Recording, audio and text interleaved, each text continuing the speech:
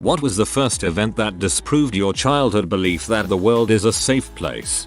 Some guy tried to get me into his car when I was riding my big wheel in front of our house. I'd never been told not to get in someone's car, but I'd been given the don't talk to strangers speech. I told my mom about having not talked to the stranger who tried to give me a ride, and that's when she educated me on kidnappers. Not wanting to scare me too bad at the age of 5, she picked a relatable topic by telling me that if I go with a kidnapper they will spank me. That was enough for me. Don't go into the stranger's car. They have wooden spoons especially for you. I think I was around 6 years old. I grew up in rural Lancaster County. A young woman had been attacked and abducted not too far from my house. Luckily, she found an opportunity to escape from the car, and an Amish man had helped defend her from the abductor. The person sped away and was never caught. After that, I was never allowed to ride bike by myself or go down to the pond, and we started locking our doors at night. Don't frick with the Amish. They're actually pretty swole. On my 10th birthday party, a woman off her bipolar meds ran her car into a concrete underpass right in front of my house. The car instantly was on fire, having my birthday party go from all happiness to the smell of a burning body and panic within 30 seconds. Still bothers me 15 years later. Holy crap, that would certainly be a birthday to remember. I was about 15 working my first job at McDonald's. I was taking an order from a guy when suddenly he was shoved into my register from behind. He turns around to see another guy and out of nowhere they start brawling in front of the counter. The guy who started the fight is having the crap beaten out of him and eventually retreats and leaves the store. And the other guy simply returns to my register and keeps ordering. He said he had no idea who that guy was or why he wanted to fight. When I overheard my aunts and uncles talking about Adam Walsh, a stranger took a child that was roughly my age and cut his head off. The thing that really got me was my uncle saying God knows what else he did to him. I live in Australia, home of infamous serial killer Ivan Millett. One of his murder victims was a customer of my father, so I regularly saw her every now and then. One day I see the reports on TV and see her listed as murdered. That really hit me. Literally no one is safe. Till of Ivan Millett. My house was burgled when I was 10 and the thief broke in through my room and ransacked the house. I remember standing in my room and thinking a stranger has been through my things. My privacy felt completely invaded. My home and my room wasn't safe anymore. Nowhere was safe. I didn't sleep very well for a while after that. When I found out we had a panic room in our house, we live right in the middle of two suburban, for lack of better word, gangs, and when I was about 6, they would have regular machete fights on our driveway. I know it doesn't make sense, but the idea of being involved in a machete fight is so much more terrifying than the idea of a gunfight. Maybe it's because I've handled machetes and seen the amount of damage they can inflict, but I would rather face being shot than being chopped up. 10 years old, late 70s, walking home past the high school and watched a fight unfold between two big kids. One almost killing the other from blows to the head. No one there to break it up. Brutal. I know a lot of people who never had this belief in the first place, due to early childhood trauma. My dad had serious mental health issues and was abusive. I never felt safe as a kid. I always knew the world wasn't safe and that nobody would protect me. It's been quite hard dialing back and learning that actually it can be a safe place and that most people are pretty decent. Funny, when I started reading this thread I was thinking the exact same thing. It's strange growing up not feeling safe in your own home, but it's all we ever knew. My first memory that I can recall, until I was 6, we lived in Uvalde, TX, really close to the border of Mexico. When I was 3 or 4, I remember waking up and a man was trying to kidnap me. My mom walked through the door with a pistol in one hand and a mag light in the other. After extensive application of mag light, couldn't shoot. I was in the way. He was carted away by an ambulance and a border patrol escort. The first event I can remember that shocked me as a child was when this kid came roaring through our quiet neighborhood in his loud car and deliberately hit a dog and killed it. I happened to be playing out front in the yard with 2 of my friends. We all witnessed it. I remember just looking in disbelief, crying, because we all liked the dog so much. Why would someone do this? when my dad reacted nervously around an aggressive stranger. Up until this point, I'd encountered weird people and situations, but my parents had remained calm. This one time, I was about 6, 7, 8 and my dad and I were fishing in a stream and some guy came at us like a complete crazy person. My dad's whole demeanor changed. There was no sweet talk in his voice. It was just grab your stuff, we have to go. Forget the cokes. Grab the rods. I could tell by his panic and seriousness that this person was a real threat to us. That things could go wrong. You know crap gets real when dad gets scared. When I was around 6 or 7 years old, a H addict overdosed in the alley behind my building. Some hours later his mother found him and cried hysterically while cradling him in her arms. I remember getting a sick feeling in my stomach, not being able to fully comprehend what I was seeing, yet still feeling uneasy and exposed to a horrible truth. I believe this ensured I would never ever touch H. This image is burned into my brain. When I was 10 I fell and split my chest open on the gate of my childhood home. Not only was the world not safe, but my world at home wasn't safe either.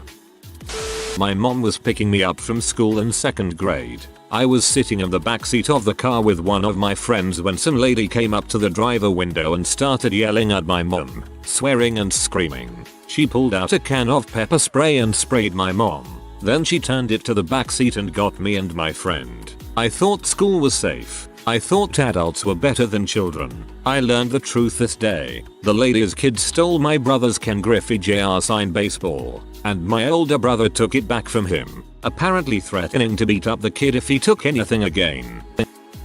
In 10th grade there was a car accident that involved 3 people from the grade above me and 1 person from my grade who is now a good friend. They were all in the same car. The one driving was a dude. His GF was in the passenger seat and the other 2 guys were in the back seat. They took a turn going too fast and the car flipped, killing the driver, his GF and throwing the other 2 out of the car, but they survived. It taught me that bad things happen to good people and sometimes people just die. Tomorrow is not a promise and death does not discriminate. My father worked for a large US company and when I was 8 he got a promotion and we moved to Mexico City. This was in the late 70s. A year later the company issued us 24-hour bodyguards. Guns were a rare thing in Mexico back then, but these guys were all armed. Walls around the house were made taller and reinforced doors were added. We had a checklist of questions by the phones in the house detailing what questions to ask in the event of a kidnapping. Several executives were kidnapped and or murdered by strikers and for the next 5 years we didn't go anywhere without security. When I was 4, I asked to go outside for too long. My mom dragged me out of the house, told me to never come back, and locked the door behind me. We lived out of town, which meant long windy roads and forest everywhere. My mom always told us about cars hitting kids, wolves and cougars killing kids and small animals, people kidnapping, and I had no clue how to take care of myself. We actually lived in a pretty safe area where most of the crime was pot, but that day I knew my mom didn't care about me and would hurt me if she felt like it. My dad found me outside after work crying, but I never felt safe at home again with her. When I was 3 my parents took me on a road trip to visit my aunt and uncle. It was a 6-hour car ride so I fell asleep in the back. When we got to their house they left me sleeping in the vehicle and went inside rather than taking me out of my car seat. My aunt had been working as a clown and thought it would be a great idea to come out and greet me in her costume. So I woke up in a strange place without my mom or dad and then I see this creepy clown flailing its arms and running towards the car. It was at that moment that I knew the world was a horrifying and untrustworthy place. I still hate clowns to this day. I half expected this to end with your dad getting shot. When I was about 8 I was in Walmart wearing a really cute floor-length skirt and coordinating vest, shopping with my mom after church one day. I had asked my mom if I could go look at Barbies and she said yes, so I went an aisle or 2 over by myself. It was while I was looking at the dolls that a probably 40-year-old man walked by and grabbed my butt. I immediately went and told my mom and we told an employee, but the guy was never found. The day I was told I had cancer, I was 12 at the time, I'm 14 now, and I'm not suspected to ever be going to get better. I hope you kick its butt. I was swinging at a playground by myself while my grandma was talking to a friend on a bench nearby. A grown man sat in the empty swing next to me and began talking to me casually, and then told me I was really pretty. Next, he asked if he could take me to this other cool playground around the corner with better swing sets. Being the oblivious 6 to 8 year old girl, can't remember exact age, I said sure and started walking with him. I didn't get far before my grandma noticed what was happening and grabbed my hand and pulled me away. We went straight to the car and had a long talk about stranger danger. But that was the first time I realized that not every adult was a good person. The earliest memories I have are of my father dragging me out of bed, crap-faced, and beating the crap out of me. It was his way of relieving the stress that comes with being a failure at everything you do and getting your girlfriend knocked up when you're 19. He was too much of a P to nut up and do right by himself or his family. My mother wasn't much better. My sister is a few years younger, so me and my mother got the brunt of his rage. But mostly me. I did have a Rottweiler, though, who protected me once he was big enough to hold his own against a 6 feet 6 inches drunk psychopath. We eventually got out of there, my sister and I, that is. My mother was in my father's corner all the way when I was 7 and were raised by other family members. So for me, the world seemed to be naturally evil. Eventually, though, you come to realize that the world isn't evil, it's just indifferent. People are the real problem. The vast majority of them, anyway. Even at that, they're not evil. They're just too selfish to do the right thing, especially if it in any way involves benefiting someone other than themselves. My older brother, dad and I were having a late afternoon walk. I was 5 years old. My dad always used to have one of those sheathed blade type walking sticks. We also never used to walk without our German Shepherd Rex. I never understood the need for all that until that day. While walking, Rex get all alert and crap. I mean the whole stand still, ears pointed, face of battle I'm gonna frick someone up type deal. We noticed 2 shady looking guys walking towards us on opposite sides. My dad stops. I had no clue what was going on. One tried dashing towards us. Dad slightly unsheathes his blade. Rixie was barking at the other guy. Next thing I know they ran away. Asked my bro while we were going to bed if they were thieves and he told me they were kidnappers. There were a few cases of kidnapping in the past year. I was super freaked.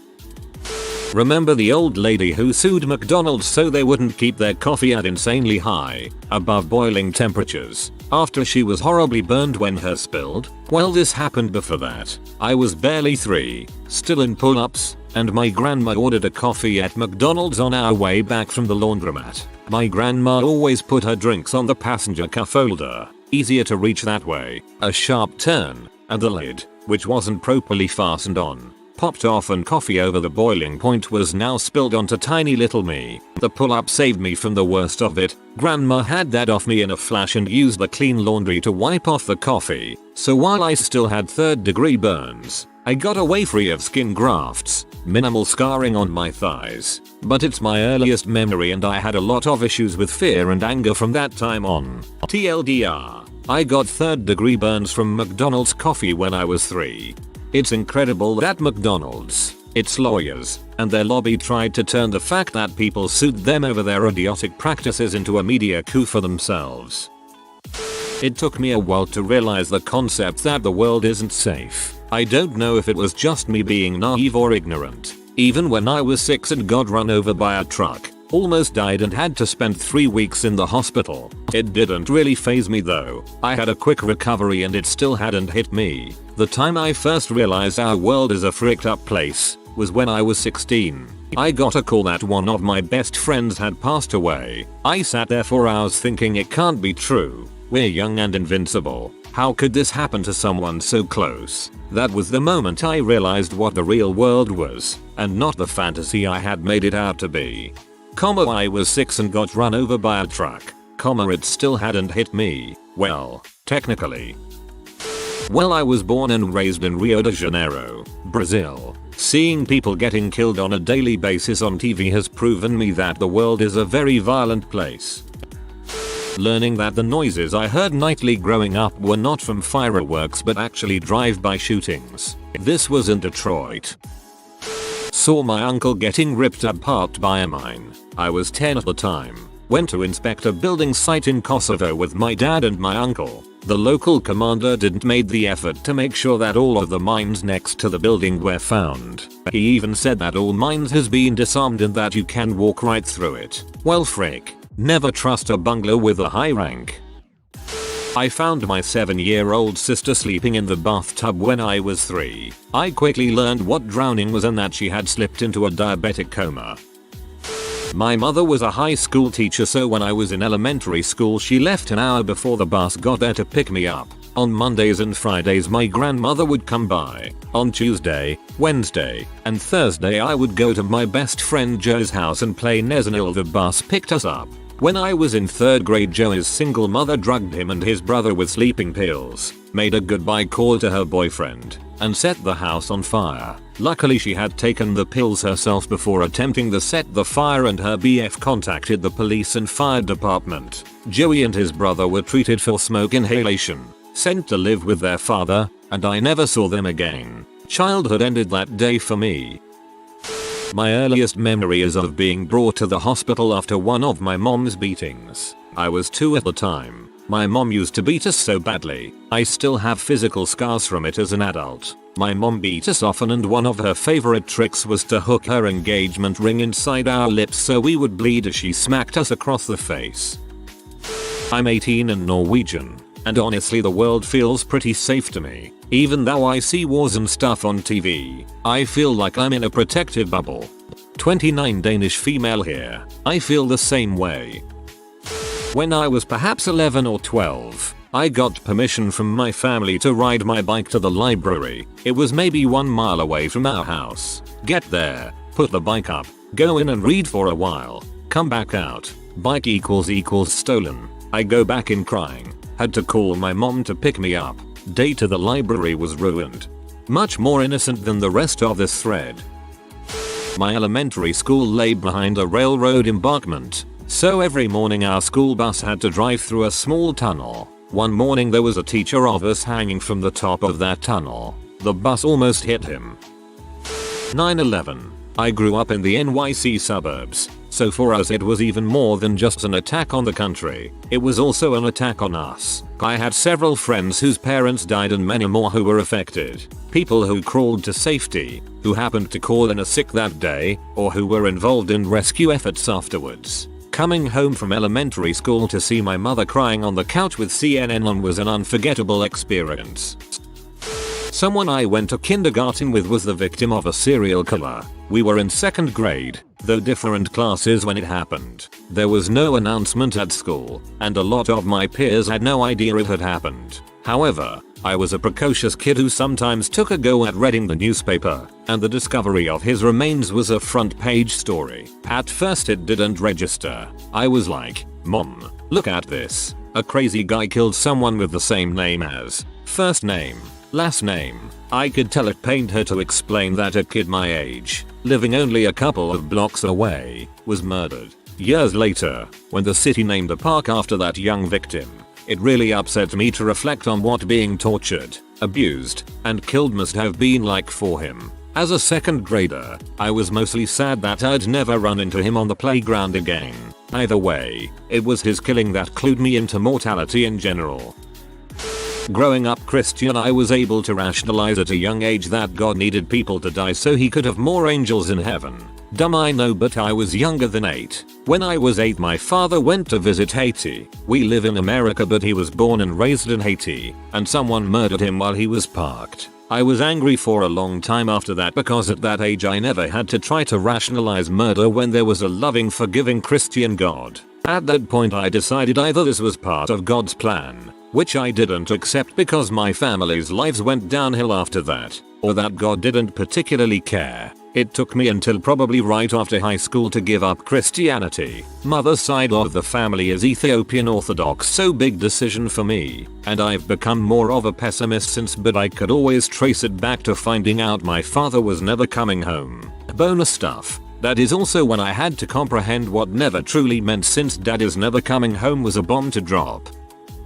Only white kid living in my welfare housing in the black part of town. For your information, it's actually the children that are the worst. Elementary school was heck. By middle school though, most kids seem to realize how wrong it is to pick on someone for their skin color.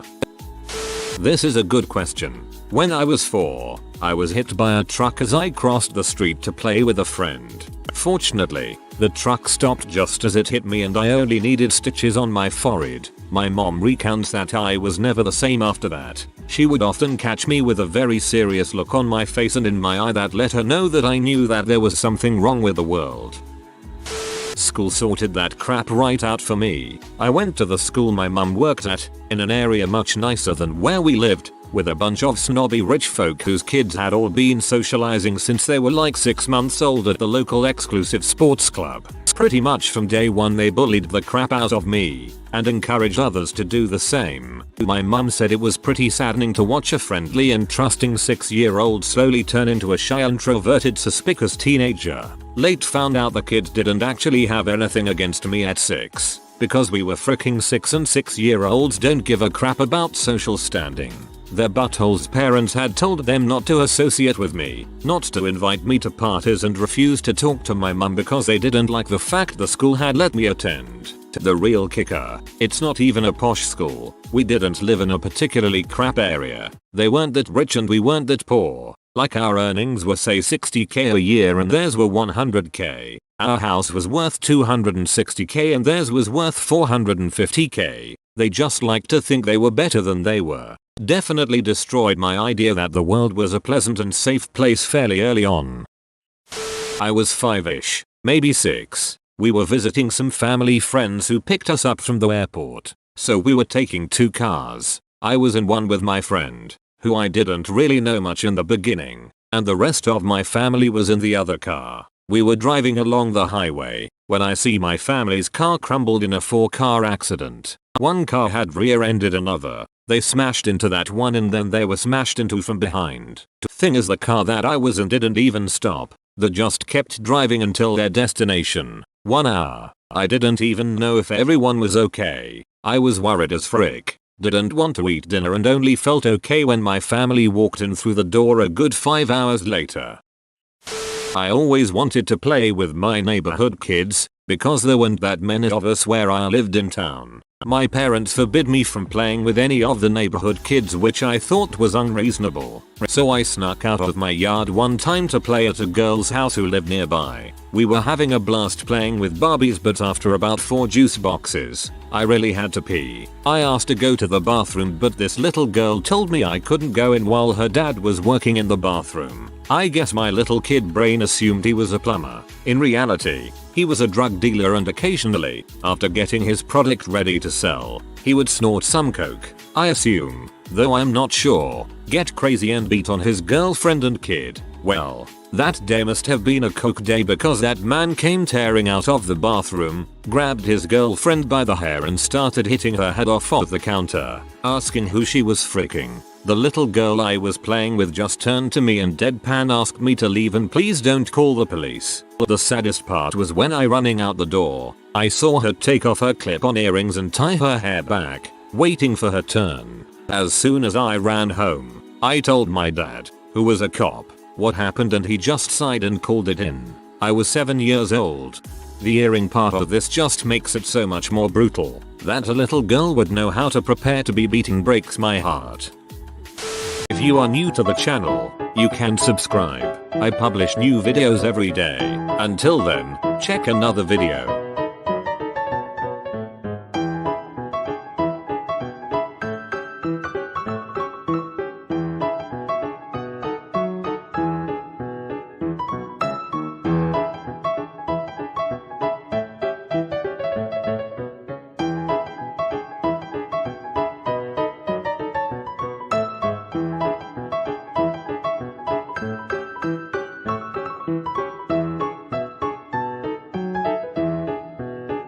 Bye for now.